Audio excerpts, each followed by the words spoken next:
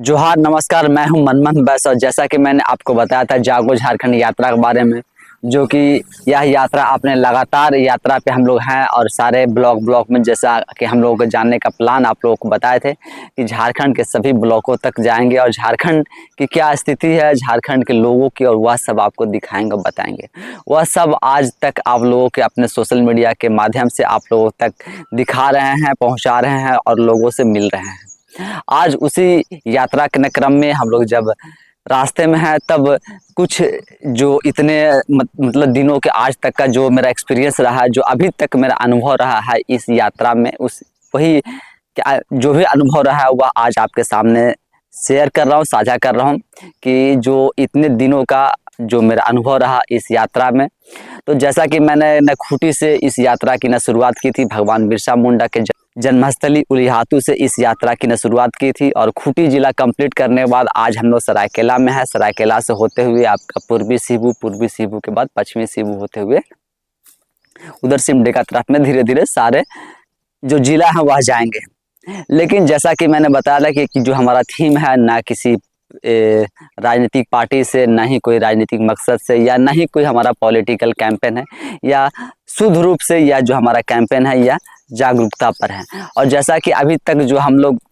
जिन जिन लोगों से मिल रहे हैं, जहाँ जहाँ लोगों से मिल रहे हैं, जो है कि नहीं, एक तो सब लोग का पहला है जो आप देखेंगे कि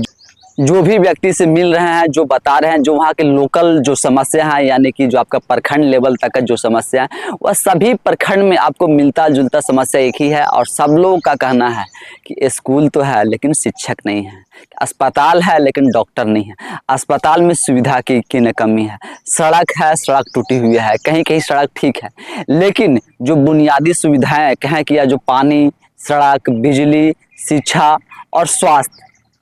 यह सब जो बुनियादी सुविधाएं जो मिलनी चाहिए वह जितने ब्लॉक में अभी तक गए हैं, सारे ब्लॉक या प्रखंडों में कहें कि यह सब लोगों की मतलब कहें कि समस्या है और सारे लोग यह समस्या बता रहे हैं कि यह समस्या इस तरीके से है। इसके बावजूद बोलने पर या जो स्थानीय नेता हैं, जो वहाँ के जनप्रतिनिधि हैं या जो पदाधिकारी हैं, अधिकारी हैं, यह सब कहने के बाद भी सुनने वाला नहीं है। चाहे जिनके पास जाकर के आप कंप्लेन कर दीजिए, आवेदन दे दीजिए, जितनी भी आवेदन देना है आपको आवेदन दे दीजिए, लेकिन इस आवेदन का सुनवाई कुछ नहीं होने वाला है और जो जैसा चल रहा है वैसा ही चलता रहेगा, कुछ ऐसे लोगों का कहना है। लेकिन आज झारखंड 25 वर्ष के हो गए हैं, क्या इस 25 वर्षों में भी झारखंड आज जागरूक नहीं होगा? तब कब होगा झारखंड जागरूक? क्योंकि किसी भी प्रखंड में अगर एक जगह की यह समस्या रहती कि नहीं, पानी की, बिजली की या स्वास्थ्य की, शिक्षा की, अगर किसी एक ब्लॉक या किसी एक प्रखंड की या समस्या रहती तो मान लिया जाता कि नहीं, या कि पर्टिकुलर इस क्षेत्र में सिर्फ डेवलप नहीं हो पाया है और सिर्फ इस क्षेत्र की ऐसी समस्या है। लेकिन क्या है कि यह कॉमन समस्या है सभी प्रखंडों में। जिस प्रखंड में भी जाएंगे आपको शिक्षा, स्वास्थ्य से लेकर के बिजली, पानी और सड़क वाली या जो असुविधा है, यह आपको हर एक प्रखंडों में है। इसके बावजूद जब लोगों के पास जाते हैं, लोगों से मिलते हैं, जब जो हम लोगों ने अपनी 7 पॉइंट बना रखी है, चाहे बेरोजगारी की बात हो, पलायन की बात हो, यह सब बातें भी जो है वह हर एक प्रखंडों तक निकल करके आ रही है और हर एक लोगों के मुंह जुबान पर है। लेकिन फिर भी कोई भी लोग कहे कि इस तरीके से मुखर होकर बोलने के लिए या आवाज उठाने के लिए कोई भी तैयार नहीं है। सब लोग जान रहे हैं कि यह सब जो मुद्दे हैं वह बहुत वर्षों के न पुराने मुद्दे हैं और यह मुद्दे ऐसे ही चलते रहेंगे। इसके पीछे कारण भी यह है कि लोग जो है वह बोलना नहीं चाहते हैं, लोग जो है वह सामने खुल करके आना नहीं चाहते हैं, अपनी पीड़ा को वह बताना नहीं चाहते हैं, समझाना नहीं चाहते हैं या समझना नहीं चाहते हैं। जब इस जागरूकता कैंपेन के तहत, इस जागरूकता यात्रा के तहत लोगों से हम मिलते हैं, उन्हें समझाते हैं पैम्पलेट्स दे करके या जो अपनी बातों से लोग मिलते हैं, तो कुछ लोग तो अभी भी हैं जो कह रहे हैं कि यार जागरूकता के तौर पर आप कर रहे हैं, लेकिन यहाँ के लोग जागरूक होने के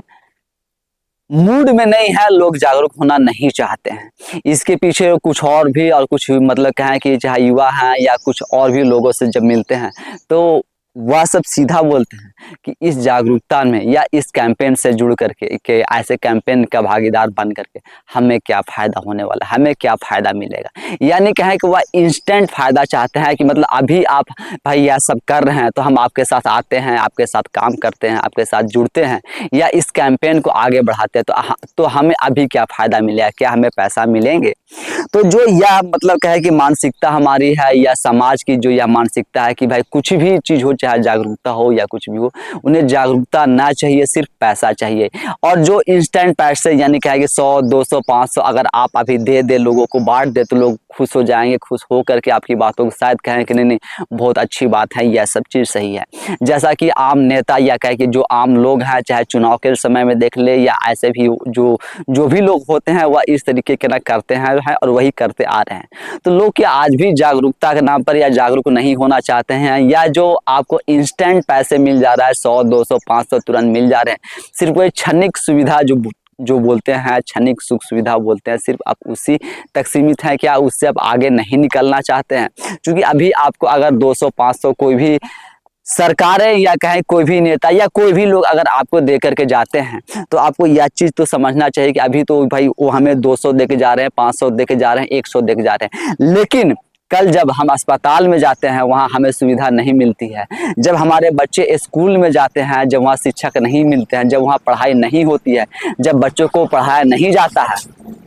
तो जो आज आपको 100 रुपये 200 रुपये 500 रुपये दे रहे हैं, कल यही आपको हजार में और लाखों में आपको ना खर्चा करना पड़ रहा है। उसके बावजूद आप ऐसा क्यों करते हैं कि अगर कोई लोग जागरूक कर रहे हैं तो क्या उनसे भी आप सिर्फ ऐसा डिमांड, या आप इस तरीके के ना सोचते हैं कि नहीं हमें तो जागरूकता से मतलब है, नहीं हमें तो पैसे से मतलब है।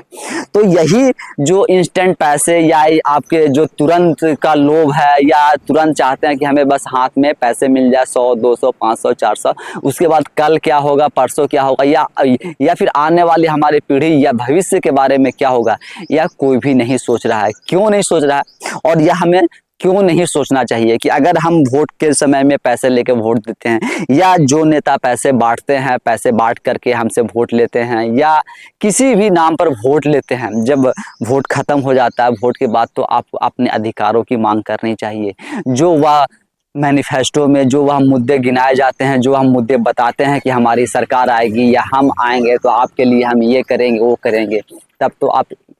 यह सब मुद्दे गिना सकते हैं, उनसे मांग कर सकते हैं। लेकिन यह सब मांग ना कर करके चुपचाप कहें कि जैसा चल रहा है वैसा चलने देते हैं। कैसे कि आप अभी देख रहे होंगे कि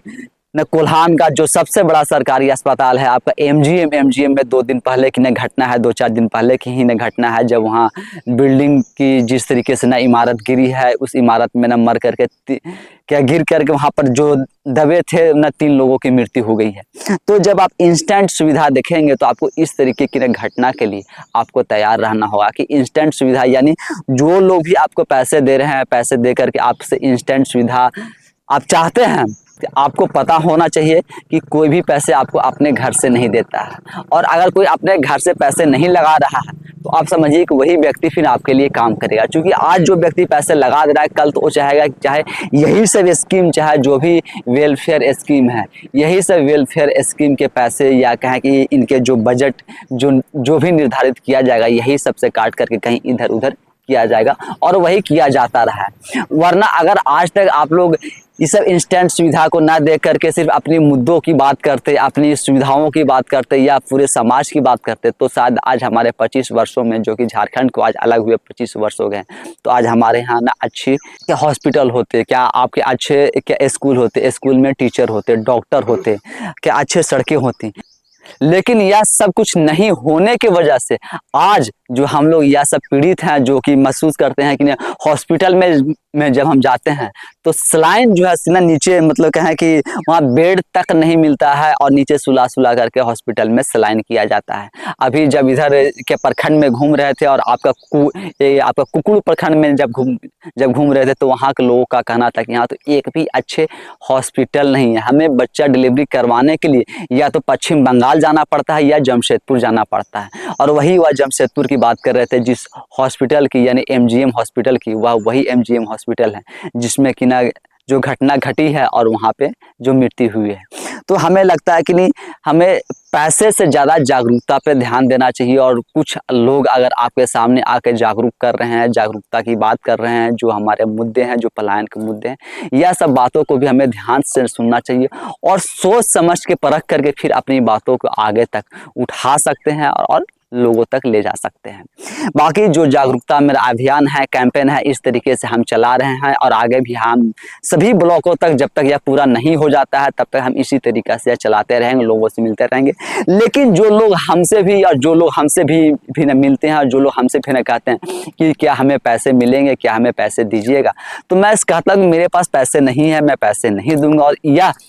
क्या लोगों को जागरूकता की कमी है, लोग क्या जागरूक नहीं होना चाहते हैं, सिर्फ पैसे की ही बात करना चाहते हैं, सिर्फ पैसा ही देखना चाहते हैं। मैं ऐसे सभी लोगों से आज एक सवाल करना चाहता हूं कि क्या सिर्फ और सिर्फ आप के पैसे देख रहे हैं, आप अपने आसपास की जो व्यवस्था है, जो सुविधाएं, क्या वह सब आप नहीं देख रहे हैं? और इसी तरीके से अगर आप पैसे देखते रहेंगे तो फिर आप सुविधा के नाम पर जो आप डिमांड करते हैं कि नहीं हमें अच्छे हॉस्पिटल चाहिए, आपको अच्छे स्कूल चाहिए, आपको अच्छे टीचर चाहिए, आपको अच्छे रोड चाहिए, आपको सारी सुख सुविधा चाहिए, तो आप सारी ये सब सुख सुविधा भूल जाइए। आप या तो पैसे की डिमांड करेंगे तो आपको पैसे तो मिल जा रहे हैं, लेकिन पैसे कितने मिल रहे हैं? 100, 200, 500, 400। लेकिन जब आप हॉस्पिटल जा रहे हैं तब कितना पैसा आपको देना पड़ रहा है, आप सोचिए। कि किसी की भी तबीयत खराब हो